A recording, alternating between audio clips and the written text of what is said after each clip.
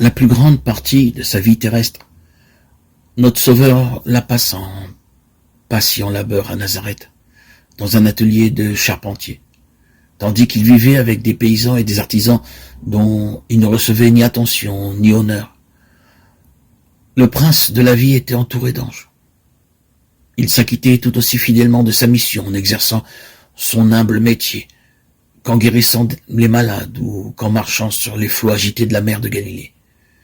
De même, dans les devoirs les plus humbles et la condition la plus modeste, nous pouvons suivre Jésus et travailler avec lui.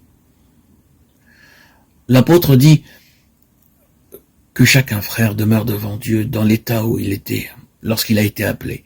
1 Corinthiens 7, 24. Le négociant dirigera ses affaires de manière à glorifier son maître par sa fidélité. S'il est véritablement chrétien, les hommes reconnaîtront que l'esprit de son maître inspire toutes ses transactions. L'artisan peut être intelligent et fidèle, représentant de celui qui s'acquitta des devoirs les plus humbles dans les montagnes de la Galilée. Chacun de ceux qui se réclament du nom de Jésus-Christ devrait agir de telle sorte que le monde, en le voyant, puisse être amené à glorifier son Créateur et Rédempteur. Plusieurs s'excusent de ne pas faire valoir leurs dons au service du Christ, en alléguant que d'autres possèdent des avantages supérieurs et des dons plus brillants.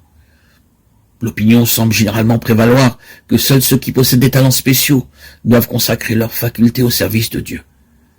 Un grand nombre paraissent convaincus que quelques favorisés seulement ont reçu des talents, à l'exclusion de tous les autres, et que ceux-ci, naturellement, ne sont appelés à participer ni aux travaux ni aux récompenses.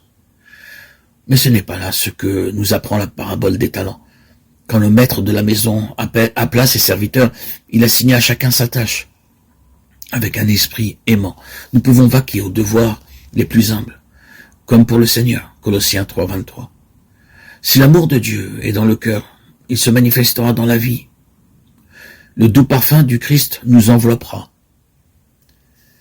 et notre influence produira des effets heureux sur notre entourage.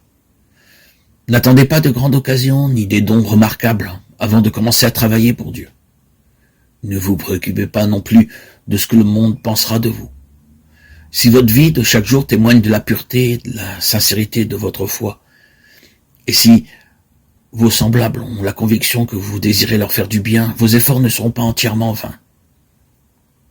Le plus humble et le plus pauvre des disciples de Jésus peut être en bénédiction à d'autres. Il peut ignorer le bien qu'il fait, mais par son influence inconsciente, il produira des vagues de bénédictions qui augmenteront en étendue et en profondeur, et dont il ne connaîtra les résultats qu'au jour de la récompense finale. Il peut ne pas avoir l'impression de faire de grandes choses, et il n'a pas à se préoccuper du succès, qu'il continue à s'acquitter fidèlement de la tâche que la providence de Dieu lui a assignée. Et sa vie ne sera pas inutile. Son âme réfléchira de plus en plus fidèlement l'image de Jésus-Christ. Il sera ouvrier avec Dieu dans cette vie et se préparera ainsi pour l'œuvre plus grande et la joie sans mélange de la vie à venir.